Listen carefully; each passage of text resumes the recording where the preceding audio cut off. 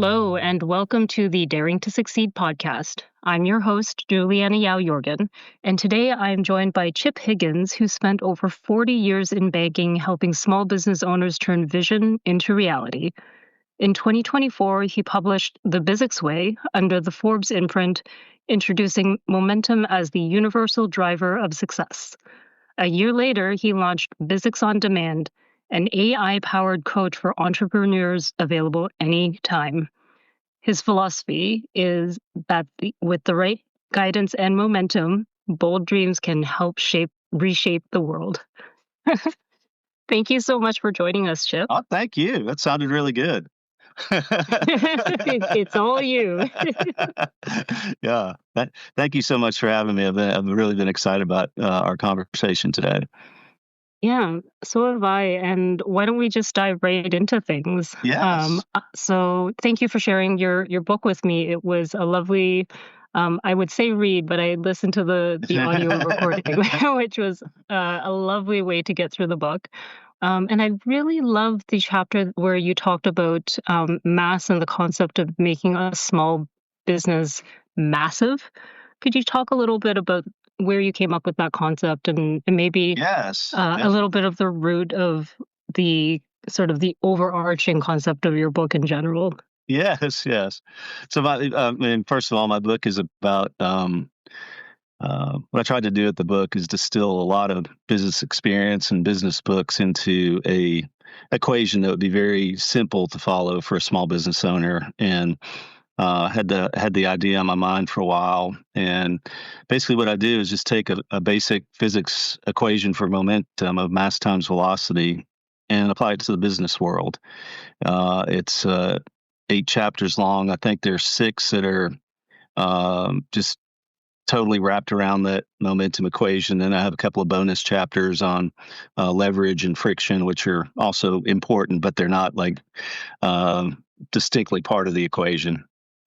So my process in it was I felt like I had a lot of understanding. I think we all have an understanding of momentum. If you live in a physical world, like you understand momentum, but I wasn't the best science student. So I went to a friend of mine who was a legitimate physicist, Caltech trained physicist. And we just talked through the equation. Of course, he was skeptical living in the physical world. I mean, that's his job, his physical things. But the more we talked, and we talked for a couple of hours, he would say things, and I just kind of see it. I was just like, yeah, that's a business thing. Like I've seen that so many times.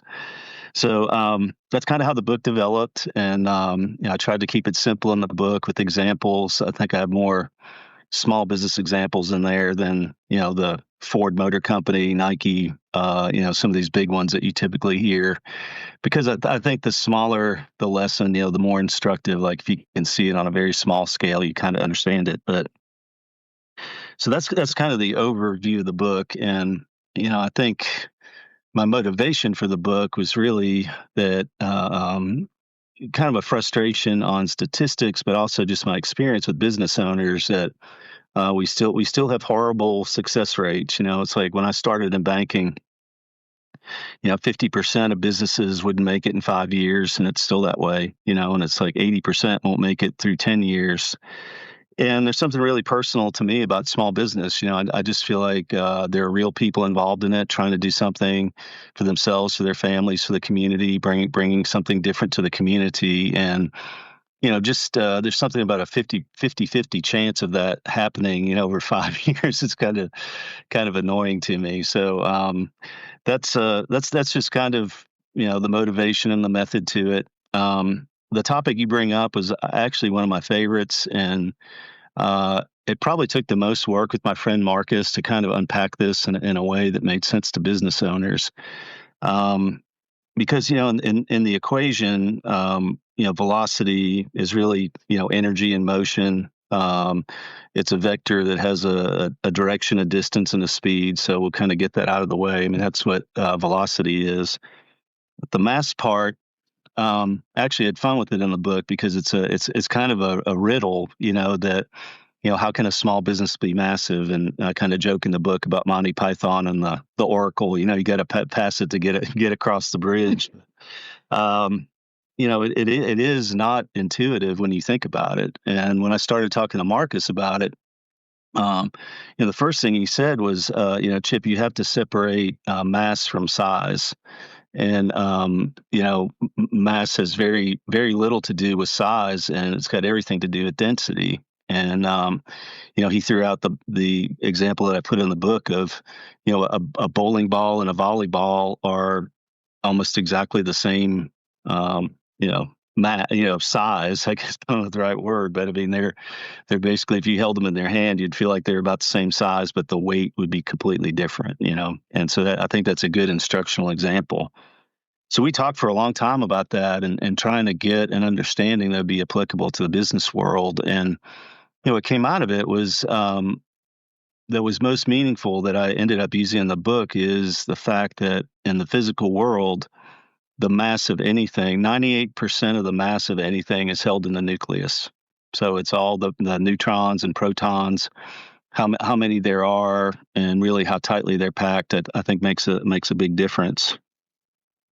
And so once I understood that, it was kind of a bridge to think about, well, how does that work in business? I mean, what is it, the nucleus of a business, when you think about it? And all these things just came to mind, and I think, a big part of it, we used to have this thing in lending that character was the number one. There's, the C's of credit, and character is the most important. And I just started thinking about people, and my own life experience of like not getting a job I wanted because I wasn't a heavyweight, and I started thinking about, well, what does it mean to be a heavyweight? It's like, you've got good character, you got very strong, well-defined values that you live by. You have a purpose in your life that is extremely important to you, and you go to the business world and you start thinking about mission, vision, values, and whether you ever stop to develop that. As a small business owner,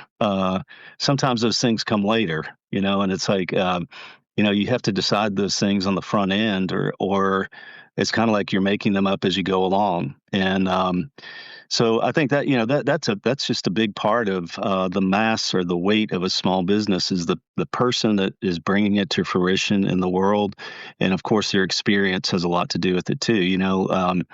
But we see it was interesting writing the book because I don't know, there's probably 10,000 business books, and there are probably another several thousand about leadership and personal leadership and all those kinds of things. And you start making all these connections of like how things apply. But there is a lot of wisdom about failing in life and what that prepares you for. And just the experience of having tried something and failed at it. Part of it is the practice of what you're doing, that you know how to do it, but also, the fortitude of bouncing back from things that are not, that are unexpected and untoward, and all those kinds of things. So I think all that at the individual level really comes into play when you think about, the heavyweight people that you've known in your life. It's really, that really defines the people. Like they have a moral code they live by. They have great integrity. They failed and they're humble, and, just all those things. But, speaking specifically to a business, one of the most important things is a level of differentiation. And do you have the heavyweight answer? Do you have a dense offering that solves things for people? And I know from personal experience, there's a lot of people that are enamored of being in business. They already have their name and they have a logo, and there are things like that draw people to it. But over the long haul, it has to be something that well. You feel very inspired to help people with something, and that you come up with a unique offering or solution to that. And whether that's like how fast you deliver it, or the product has a feature that's uniquely different. It's funny now, to me, in the restaurant industry. It's like we've almost exhausted every corner of the world in cuisine. And now we're in a fusion mode. It's like, this is this is like it's a mashup of multiple cultures, and no one's ever done it before. So I think those are kind of the differentiating characteristics. But you have to have that differentiation to be a heavyweight. And even in solving the same problem, if you have an intention, and I still laugh at myself about this, and it's in the book, but I do write in the book about my experience when digital music first came out, and there are a lot of people scrambling to figure out how they're going to make that work. Who's going to have the best solution? And I was the greenhorn rookie with no technical knowledge that tripled down on the Dell DJ. I thought that was the solution. About one for me, one for my wife, and one for my oldest child. And we were universally just incredibly frustrated. Like, it was horrible. It was horrible. Like, we couldn't get service. We couldn't. And my wife is a big Apple fan. She's like, Chip, this was a big mistake. I'm going to get the iPod.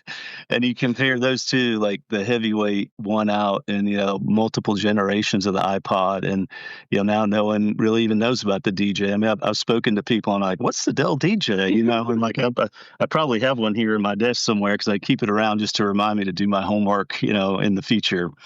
But all that being said, I think fulfilling the equation, I mean, that's the kind of mass that we're looking for. Is like, it's distinctly different. You are prepared for the challenge, and what your company stands for is really a heavyweight among peers in the industry. You may be surprised at what level of differentiation is required. I mean, like in the banking industry, things are so commoditized. I mean, it's, probably, the most well-known commodity is money. And, just little tweaks of people intervening in the process can make the biggest difference. And the last bank I worked at, Pinnacle, something as simple as saying, a human being is going to answer the phone every single time you call the bank, and we're going to answer the call by the third ring. Yeah. And I mean, when I started at Pinnacle, it was about $3 billion in assets. They're going through a merger right now that there'll be $120 billion. And that's another important message in this, is like, if you get these basic concepts right, the growth trajectory can be extraordinary, if you kind of get it all down there. So, I think that's mostly about mass. I mean, I'm really captured by the idea of what's in the nucleus of anything now, like what's at the very center of it. But there, there's another part of mass that I really enjoy talking about, because I found myself to be, a connectional person. I enjoy connecting with people. And, if 98% of it is kind of what's stuck in the middle of it, the rest of it is really about how tightly knit it all is, and the connection among people. And I say this when I speak all the time. Pencil lead and diamonds are basically the same material, but with completely different packing properties. And one is soft enough to write on a piece of paper, and the other, you cut metal with it. It's just. And so, that connection is really important, and in everything we do, with our that we remain as business owners connected to the mission and what we started out to do. We're not distracted by simply making money, but we're moving forward. We're connected to it. We're connected to our employees or associates. They're connected to the mission.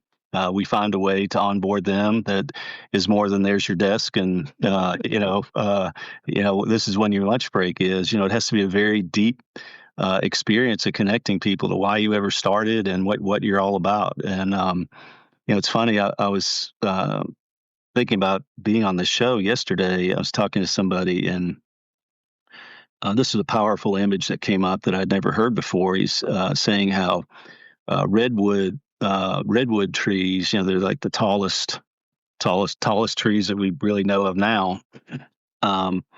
That few people know that the root system on a redwood tree is only about 6 to 12 feet deep, and those trees can grow like hundreds of feet, which is counterintuitive. You usually think like, the root system is massive. It's like the tree is like And he said what sets them apart is that their roots are not deep, but they're extensive, and they intertwine with all the other redwood trees in this, network that they all kind of become impervious to wind and things because of how connected they are.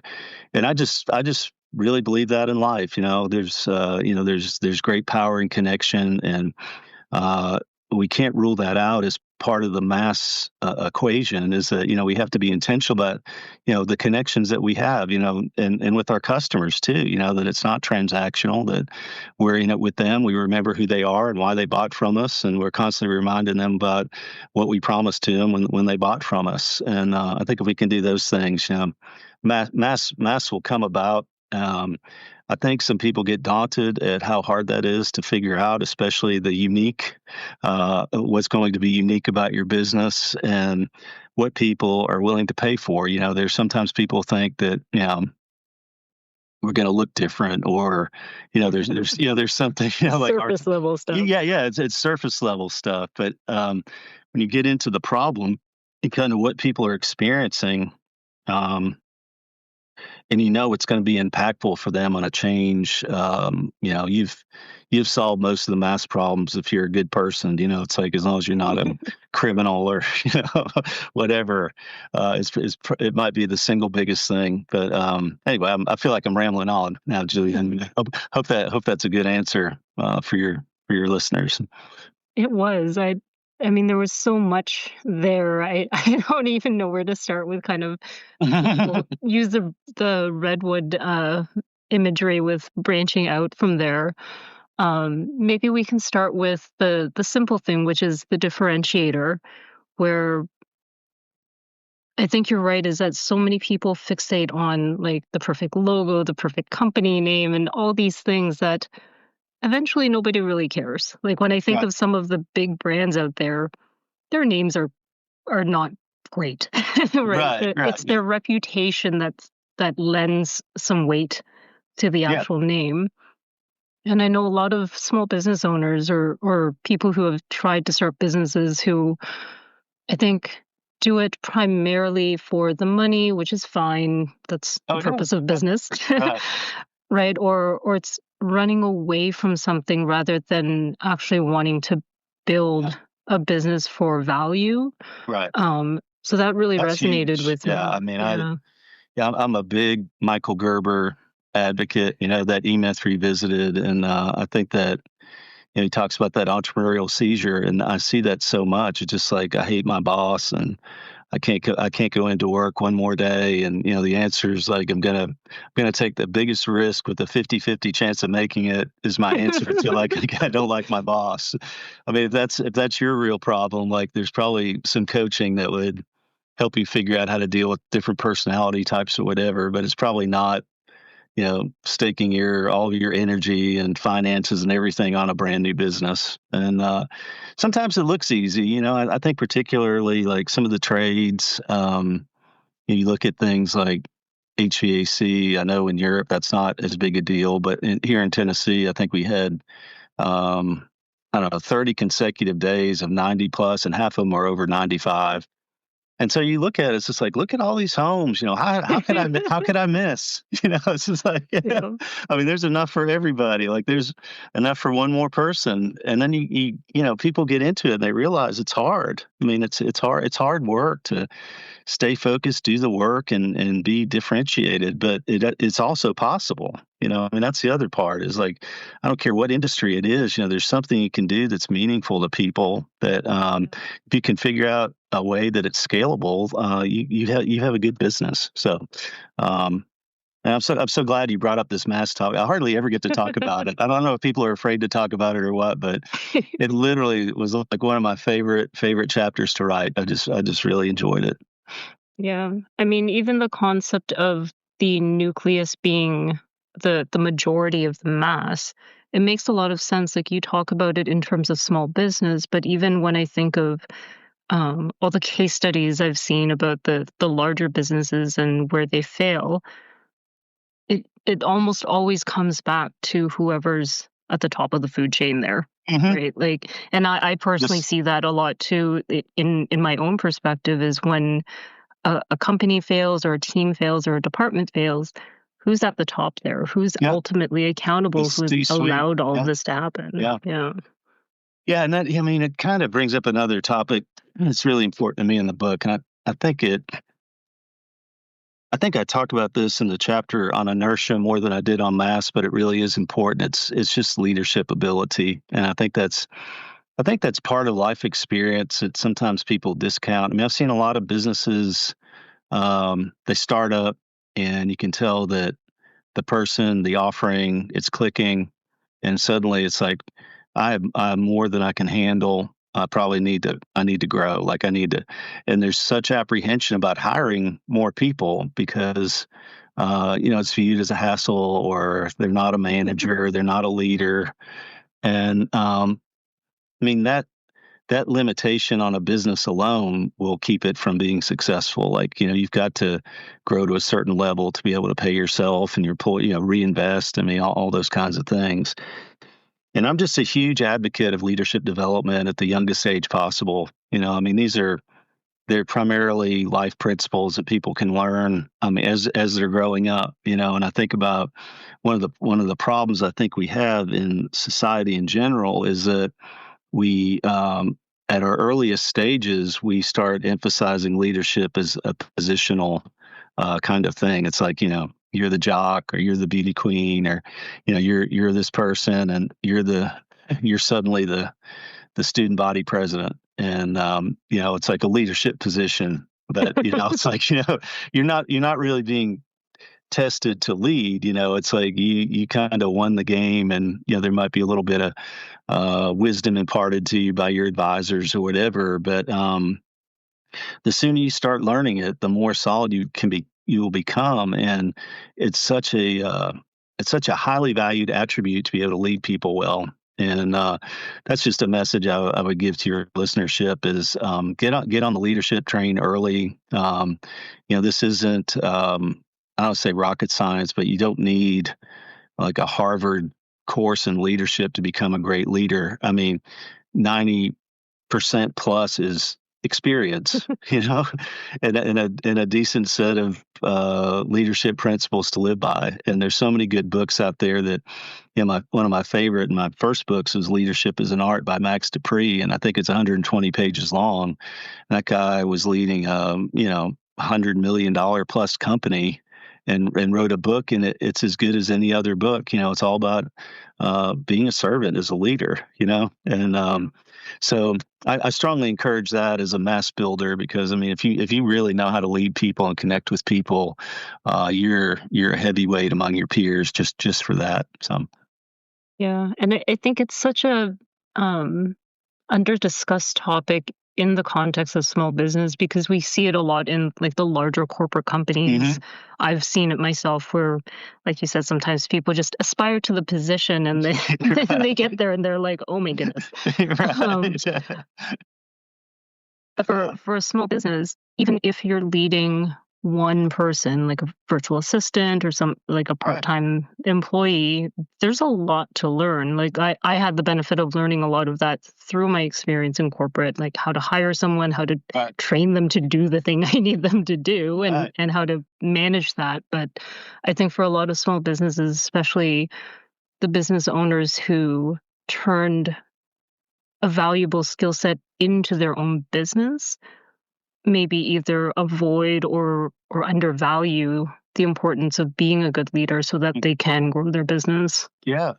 Yeah. And building a leadership culture. It's like, if you understand it well enough to encourage people to lead from where they are, it solves a lot of problems for you and being way intertwined in daily decisions. It's just have that orientation and that trust that every person that you work with can become a really good leader from wherever they are. And so that's a big part of mass too. I mean, it's energizing too for people to grow. And we that's what I usually end up talking about on podcasts is energy. But in the end, we need all the energy we can muster to make it through the 5 years, and anywhere we can find it. And when you entrust someone with leadership, I mean, I think there's a lot of energy, and I don't know if it's fear-based, but I do think that that moment of empowerment is incredibly energizing to people, that they're suddenly responsible and they find a lot of energy in themselves to rise to the challenge. So that's important too.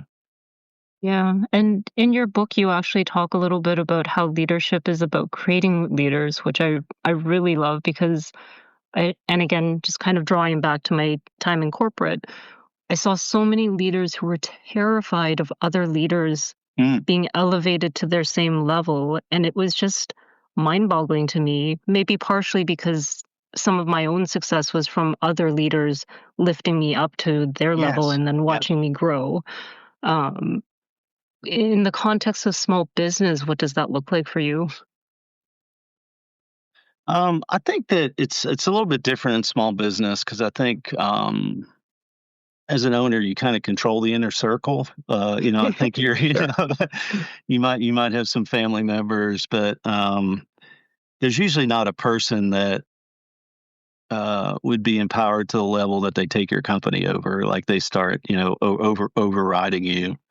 So I think the the paranoia or the concern is a little bit different in that you're not worried about your position being taken as much as investing in people that come back to haunt you and they leave the company, and they go copy your secret sauce somewhere.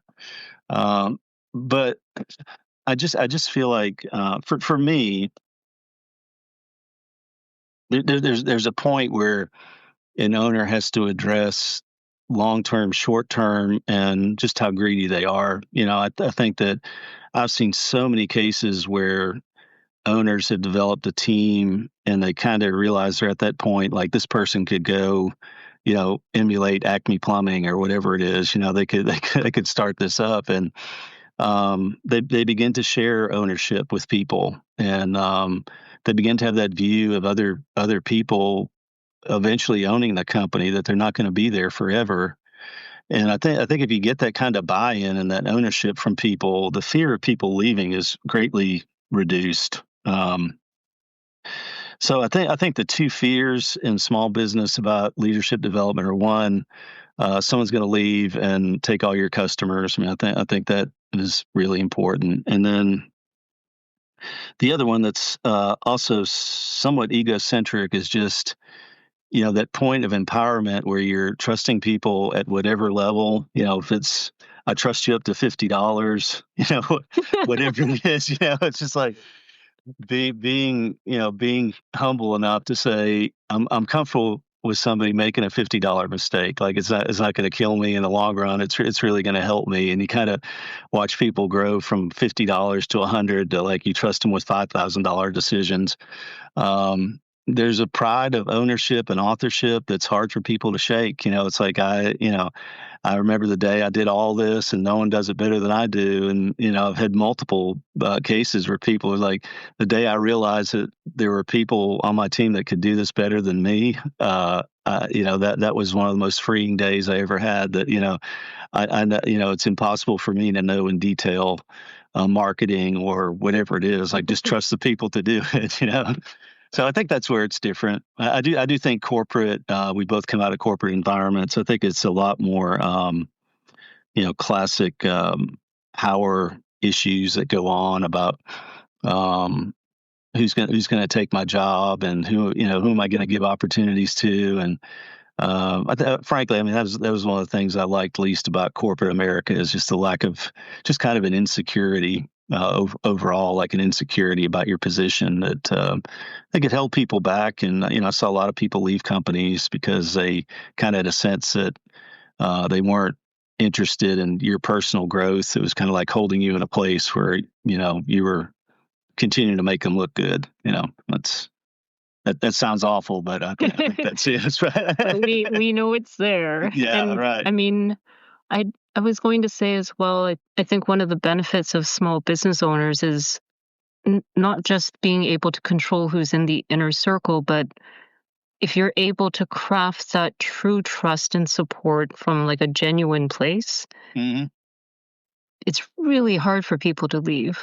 Yeah. Like just like you just said, a lot of people leave corporate maybe not entirely, but they jump to different companies because they don't feel that support, because they don't feel trusted. The proximity and the lack of layers gives you so much opportunity for powerful bonds with people. Like the more that's in between things, the harder it is for them to stick together. But if you're disciplined about the management by walking around or whatever you want to call it, but you're physically present to people, and you remember you remember a few things about them, and in the most sincere way possible. Like most people would say, I don't know where I'm going to ever find this. Like it's not, this. I don't think what the experience I'm having here is readily available to everybody, and I'm going to keep on even if it's hard. And so yeah, it's that's a big one for sure. Yeah. No, those bonds are definitely strong. I've coached a few people still in corporate who have a really, really difficult time sometimes taking that next leap because they're leaving a really good boss. Yeah. Yeah. Yeah. You gotta trust yourself in the end that you're, you can make good relationships anywhere. So. So as we start to wrap up, do you have any final thoughts for our listeners about how to make their small business a massive one? I think my biggest, well, I have two encouragements. I think commit to ongoing personal development. It really does make a difference who you are on the inside, and sometimes we learn things, we learn skills, but you as a coach, Julianna, you understand that.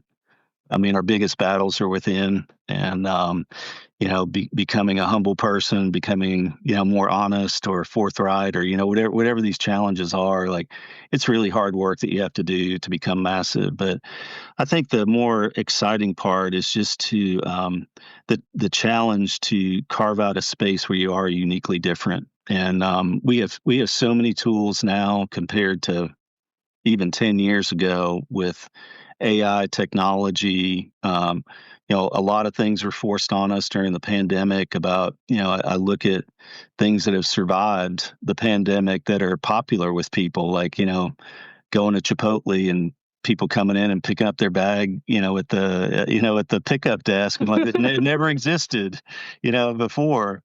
And just that constant sense of innovation of, what do people need and what's available to me that I could make it distinctly different for them. And, our brains are, you know more of this than I do as a coach, but like it's so under optimized what we're capable of doing. And just have the intention toward, the market, the people, the companies that you're trying to serve, and just say, I'm going to do something really huge here. And, in my book, my I say this all the time, but still to this day, my favorite entrepreneur is Sarah Blakely. And I think about her, like, on her dining room table, on the living room floor, like the creativity of figuring out how she was going to do that, and it's like, it's possible, if you're really on something that's a sticking point with people, if you throw your full brain into it, you're going to come up with something great. And that's the best. So that's what I would say. Oh, so amazing. Thank you so much. Yeah. And if people you. want to grab a copy of your book, if they want to connect with you some more and check out all so your definitely. resources. Yeah, my book is on Amazon. It's The BizzicsWay, Powering Your Small Business to Maximum Momentum. You can see it back here on my shelf. And I've got hardback, Kindle, and audio. So you got all three. And the book is great. It's got probably 20 to 25 planning resources included in it. There's a QR code in it that you can go to a kind of a spot in my website that's not open to the public. But there's a lot of things in there, like SWOT analysis templates, competitive advantage worksheets. There's a lot of things like that in there. So I think the book is a great value. One thing I do want to talk about that is the most exciting to me now is, at 62 years old, I'm in the game on AI and some of these technology things. And honestly, Julia, I think one of my biggest missions in doing this is just scalability of advice for small business owners, because it's really hard like for banks and other people for the amount of revenue they're producing to get like an individual assigned to the account, So I've developed an agent for the book, an AI agent called Bizzics On Demand. It's accessible through my website. My business website is www.bizzics.com. I have a personal website for speaking. That's www.chiphiggins.com. But on that Bizzics.com website, there's a space for Bizzics On Demand. And basically, it's 24/7. Unlimited access to an agent that has mastered my book. It's mastered all my articles, every blog I've written, lots of other articles that are really, germane to this momentum equation. And, it's a free trial for 7 days and discounting the price right now by 40%. So it's a regular $24.99. It's $14.99 a month, which is less than most people's 1 week coffee budget, I think. Yeah. And it's frustrating sometimes because I think it is on the front edge of what our world is going to look like. But the feedback I've gotten from people has been amazing. I've had people in 1 hour conversations with that agent, and the guidance and information they're getting back is really strong and powerful. So please come on and give it a try. We'll guide you through it. If you sign up for the free trial, you get an email once a day just suggesting some ideas about how you can use it. And I really love where that's headed because I think the way things have worked in the past, a good idea has not been scalable enough. Like I think about the bank and like you can go from one branch to another and it's a completely different world, so it's totally scalable and personable. And it's got my personality because it's primarily working off my book. So it sounds just like me. So those are the main things that I would do. And please, honestly, feel free to email me anytime. It's just chip.higgins@bizzics.com. I enjoy setting up time just to talk to you about your business. There's no charge. We'll do kind of a front end, just kind of discussion about where you are. And, I'll always try to direct you to resources you need, whether we coach or you buy the on demand or not. I just want to help people do better. So don't be hesitant about emailing me. I'm a pretty approachable person, and we're all in it to try to do better and help each other succeed. So feel free to email me anytime. Yeah. Thanks so much for your generosity, Chip. And I love how accessible the price point is for the Bizzics On Demand, because Yeah. I see a lot of budding businesses that are struggling because they're not getting the support they Yeah, need. at So that point, great. the $1,500 a month coach is not, Oof, it's a bit it's not. much for a small business Yeah, that's yeah, and so trying to. and that's how I look at the whole Bizzics thing. There are basic things to be answered and dealt with, and try to get them right on the front end, and save yourself, 6-figure consulting gig down the road when you really know you can.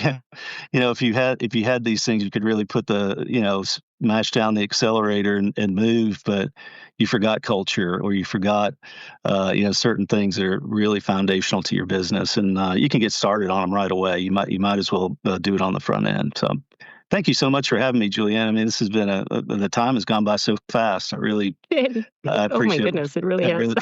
I really appreciate the opportunity, and wish you the best in what you're doing too. I hope to stay in touch.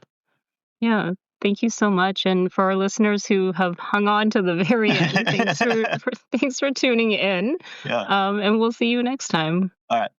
Thanks so much.